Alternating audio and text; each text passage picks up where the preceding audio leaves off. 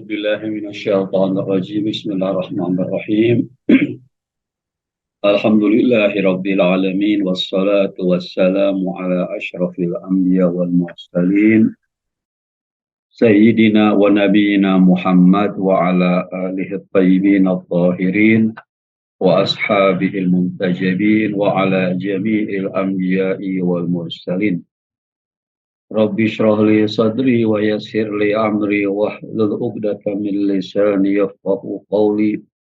Rabbi zidni ilma warzuqni fahma. Alhamdulillah, segala puja dan puji kita haturkan kepada Allah Subhanahu wa taala. Salawat dan salam kita sampaikan kepada junjungan kita Nabi kita Muhammad sallallahu alaihi wa alihi beserta keluarganya yang disucikan oleh Allah Subhanahu wa taala. Pada kesempatan yang penuh berkah ini dan kita sudah memasuki bulan suci Ramadan, bulan keberkahan, bulan turunnya Al-Qur'an dan bulan introspeksi dan muhasabah setiap kita atas diri kita masing-masing yang telah menjalani beberapa bulan yang lalu. Kalau kita mulai dari Syawal tahun lalu hingga bulan ini Ramadan sudah 11 bulan, kita menjalani kehidupan dengan berbagai macam liku-likunya, tantangan-tantangan, hambatan-hambatan, dan mungkin juga ujian dan cobaan. Dan boleh jadi di waktu-waktu lalu kita mengalami berbagai macam pengalaman spiritual yang berat atau perasaan psikologis yang cukup berat. Mari kita di bulan suci Ramadan ini kita lepaskan diri kita dari segala hiruk pikuk lika-liku dunia ini dan kita pusatkan hati kita, jiwa kita kepada Allah Subhanahu wa taala dengan harapan kita bisa menunaikan ibadah puasa sebaik-baiknya dan dengannya kita bisa menghadapi kehidupan dengan energi yang baru, dengan ruh dan semangat yang baru insyaallah.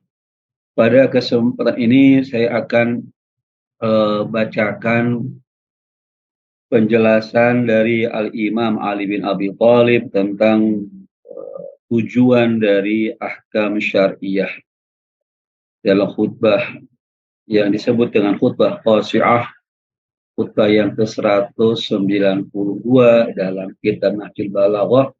Al-Imam Ali bin Abi Thalib alaihi salatu wassalam berceramah, berkhutbah yang cukup panjang, dan saya ambil satu kutipan dari khutbah tersebut berkenaan dengan maqasid asy-syariah. Saya akan tampilkan kehadiran ke para pemirsa yang saya muliakan teks khutbah beliau berkenaan dengan maqasid syariah dalam kitab Nahjul Balaghah. Beliau mengatakan, wa andalika ma harasallahu ibadahul mu'minina bis salawati waz zakati wa mujahadatus syami fil ayyamin mafruḍat. Sebelum beliau menyampaikan ucapannya ini, sebelum beliau mengatakan tentang masalah berbagai macam permasalahan, ujian, cobaan yang dihadapi manusia, lalu Allah Ta'ala berusaha untuk membantu manusia atau membimbing manusia agar selamat dari segala ujian, tantangan, musibah yang dihadapi setiap manusia melalui ahkam syariah, melalui beberapa ritual dalam agama Islam seperti sholat, zakat, dan berpuasa. Saya akan bacakan teks ceramah beliau dan saya artikan dan mungkin sedikit saya jelaskan. Beliau mengatakan, wa andalika ma harasallahu ibadahul mu'minina bis salawati waz zakati wa mujahadatil siyami fil ayyami mafruḍat. Dan tentang itu, ini lanjutan dari ceramah sebelumnya, apa yang Allah jaga hamba-hambanya yang beriman, tidak Allah Ta'ala eh, memberikan kepada manusia benteng-benteng, yang dengan benteng ini manusia akan selamat dari segala dari segala kejatuhan, ketersungkuran dalam menghadapi problema kehidupan, bisikan setan, dan lain sebagainya. Dengan cara apa Allah menjaga hamba-hamba yang beriman dari segala kejatuhan, kesesatan, kejauhan dari Allah Ta'ala, bisolawati, dengan sholat dan zakat, serta bersungguh-sungguh dalam berpuasa di hari-hari yang telah ditentukan. Jadi Allah Ta'ala yang maha pengasih, maha penyayang, ingin menjaga hamba-hamba yang beriman dengan rangkaian ritualnya, yaitu sholat, zakat, dan berpuasa. Lalu Allah Ta'ala menjelaskan tentang masing-masing dari tujuan sholat, zakat, dan puasa. Nah, namun sebelum itu Allah menjelaskan tentang tujuan daripada sholat, puasa, dan zakat, taskinan li atrafihim, wa takhsyi'an li absarihim, wa tadlilan li nufusihim, wa tahfidhan li qulubihim, wa idhaban lil khuyala'i anhum. Allah mewajibkan puasa, sholat, dan zakat taskinan, untuk menenangkan badan mereka, wa takhsyi'an li absarihim, dan menundukkan pandangan mereka, wa tadlilan li nufusihim, dan untuk melembutkan jiwa-jiwa mereka, wa tahfidhan li qulubihim, dan merendahkan hati-hati mereka, wa idhaban lil khuyalain anhum, dan menjauhkan kesombongan dari hamba-hamba yang beriman. Sungguh menarik sekali Al-Imam Ali bin Abi Thalib alaihi salam menjelaskan tujuan daripada sholat, zakat, dan puasa secara umum adalah taskinan, menenangkan badan mereka dan mengkhusyukkan, menundukkan pandangan mereka, melembutkan jiwa mereka, merendahkan hati mereka, dan menghilangkan kesombongan dari mereka. Ketika seorang melaksanakan ibadah-ibadah tersebut, maka seseorang atau hamba-hamba beriman insya Allah menjadi seorang yang tenang jiwanya, matanya khusyuk, jiwanya dapat dikendalikan, tidak liar. Jiwa yang liar atau hawa nafsu yang liar sangat berbahaya bagi seorang manusia. Wa tahfidhan, merendahkan hati mereka. Artinya seorang ketika sholat dengan benar, zakat dengan benar, berpuasa dengan benar, maka dia akan mendapatkan menjadi seorang yang tenang, hatinya, jiwanya tunduk, ya, dan hatinya dan rendah hati, serta tidak sombong. Kemudian lebih lanjut beliau menjelaskan satu persatu daripada manfaat atau tujuan dari sholat, puasa, dan zakat. Pertama adalah beliau menjelaskan tentang masalah sholat. Beliau mengatakan, walima fi dzalika min ta'firi itaqil wujuhi bit-turabi tawadu'an wal tisaqi qara'imil jawarihi bil ardi tasawuran. Dan dalam itu, dalam sholat, terdapat ta'fir, meletakkan, ya, wajah dengan turab atau menempelkan bagian wajah dengan turab. Arti kita dalam sholat ada sujud, dan dengan sujud kita menempelkan bagian dari muka kita dengan tanah sebagai tawadhu'an, sebagai bentuk rendah hati.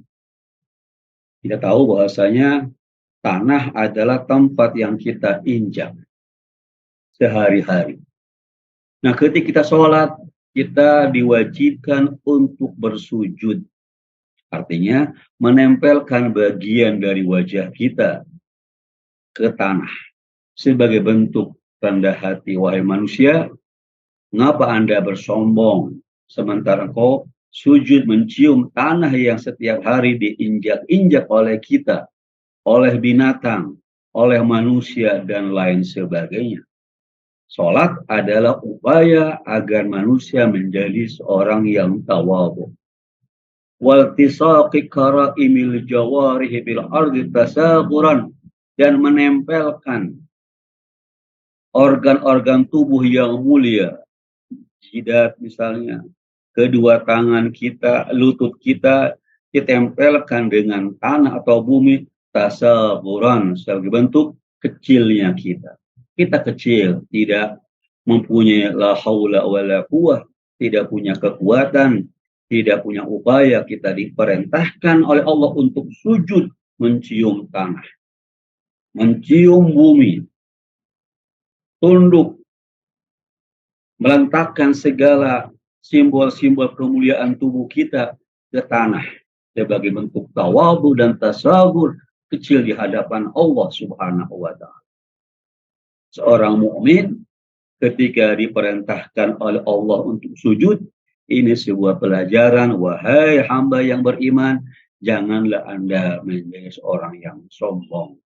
Jadilah orang yang rendah hati. Anda tidak ada apa-apanya. Anda tidak ada, Anda berasal dari tiada. Anda tidak, semua yang kau miliki datang dari Allah. Ilmu, harta, kehormatan, semua datang dari Allah. Al-izzah, kemuliaan, hanya milik Allah Subhanahu wa taala. Itu dipraktekkan dengan sujud agar seorang mukmin mengambil hikmah dan pelajaran dari sujud. Kemudian beliau melanjutkan tentang masalah hikmah atau tujuan dari puasa. Waluhukil butuni bil mutuni minasyami taballulan, dan merapatkan perut dengan kulit dengan puasa, taballulan sebagai bentuk kehinaan. Dalam berpuasa, seorang menahan lapar dan haus dari sahur sampai buka, lebih dari 11 jam, atau mungkin di sebagian wilayah bisa 15 jam atau bahkan lebih. Nah, ketika seorang menahan lapar, mengurangi asupan makan, maka menjadi kurus, sehingga perut dengan kulit itu menyatu. Artinya menjadi seorang yang kempes perutnya sebagai tadallu dan penghinaan.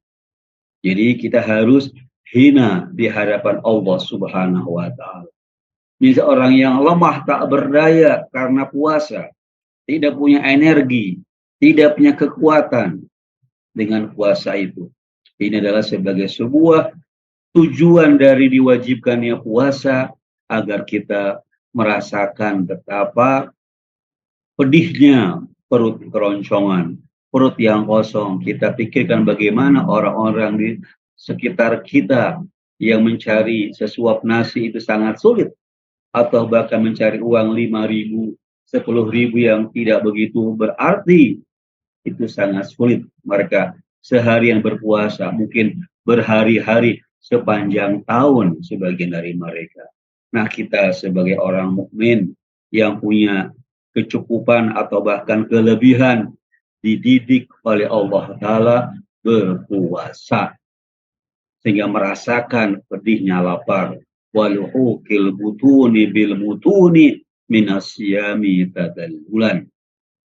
Lalu beliau melanjutkan tentang masalah hikmah atau tujuan dari zakat. Ma'a ma fi zakati min sarfi thamaratil ardi wa ghairi dzalika ala ila ahlil maskanati wal faqr. Bersama apa yang ada dalam zakat berupa sorfi thamarat, mengeluarkan buah-buah bumi atau keuntungan-keuntungan bumi. Kita seorang mukmin yang punya harta lebih, ya, harta yang kita ambil dari olahan bumi ini, Allah berikan fasilitas kekayaan dalam laut, kekayaan dalam perut bumi, itu semua adalah samaratil ard, buah-buah dari bumi yang Allah persembahkan untuk manusia. Ketika seorang mukmin mendapatkan harta yang lebih, maka dia diwajibkan zakat. Wa fi amwalikum, atau ayat yang lain, wa fi amwalihim hakun lisaili wal mahrum. Di harta kalian atau harta mereka terdapat hak untuk orang yang meminta dan orang yang mahrum, orang yang miskin. Jadi ketika seorang menunaikan zakat, sesungguhnya dia mengeluarkan harta yang sejatinya milik Allah Subhanahu wa taala. Kita ambil seperlunya. Setelah kita menikmati segala yang kita perlukan berupa makanan, pakaian, tempat tinggal, sandang, pangan, dan papan, jika ada harta yang lebih, maka kita berikan kepada orang-orang yang ahlil maskanati wal faqr, orang miskin dan orang fakir. Kita cukup mengambil dari dunia sesuai dengan kebutuhan kita yang wajar atau standar, tidak boleh berlebihan.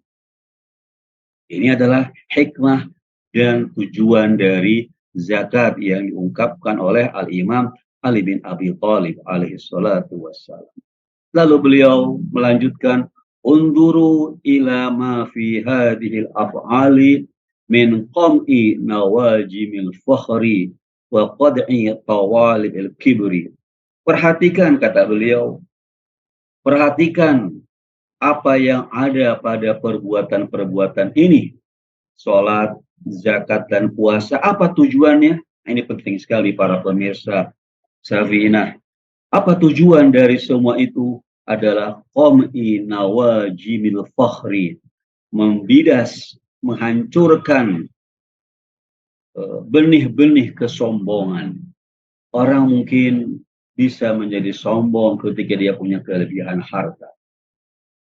Orang mungkin sombong karena sehatnya badan. Nah, dengan diwajibkannya sholat, orang supaya sujud, meletakkan mukanya, organ tubuh yang mulianya ke tanah, mencium tanah, tempat yang kita injak-injak agar tidak sombong. Orang yang berpuasa agar tidak sombong dan angkuh, dia harus menahan lapar dan haus sepanjang hari agar merasakan kepedihannya fakir miskin. Nah, min qam'i nawajimil fakhri wa qad'i, dan melumatkan benih-benih al-kibir atau tanda-tanda al-kibir, kesombongan. Jadi para pemirsa, diwajibkannya sholat, zakat, dan puasa yang tengah kita jalankan pada bulan Ramadan yang berkah ini adalah untuk menghancurkan keangkuhan dan kesombongan, menghancurkan keberbangga-bangga dengan sesuatu yang sesungguhnya bukan milik kita, tapi milik Allah Ta'ala.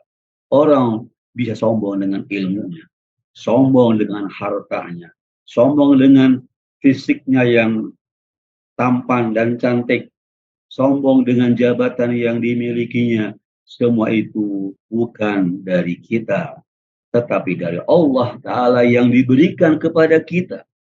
Kita diberi amanat ilmu, sehat, harta, jabatan, penampilan yang fisik, tapi itu tidak untuk bersombong-sombong, tapi untuk merendahkan diri di hadapan Allah Ta'ala. Merasakan pedihnya kelaparan dengan cara apa kita? Dengan cara sholat, puasa, dan zakat. Jadi ibadah-ibadah yang ditetapkan atau diwajibkan oleh Allah Ta'ala kepada kita semua adalah agar kita senantiasa menjadi hamba yang tawadhu, hamba yang rendah hati, hamba yang tidak sombong, tetapi kita yamshuna fil ardi hauna wa idza khatabahumul jahiluna qalu salama. Mudah-mudahan kita semua di saat kita melaksanakan ibadah puasa, sholat, dan zakat atau humus, kita benar-benar bisa meresapi tujuan dari semua itu hingga kita menjadi hamba yang rendah hati, hamba yang tahu diri, hamba yang bisa mengendalikan hawa nafsunya demi kepatuhan kepada Allah Subhanahu wa taala. Walafu minkum. Wassalamualaikum warahmatullahi wabarakatuh.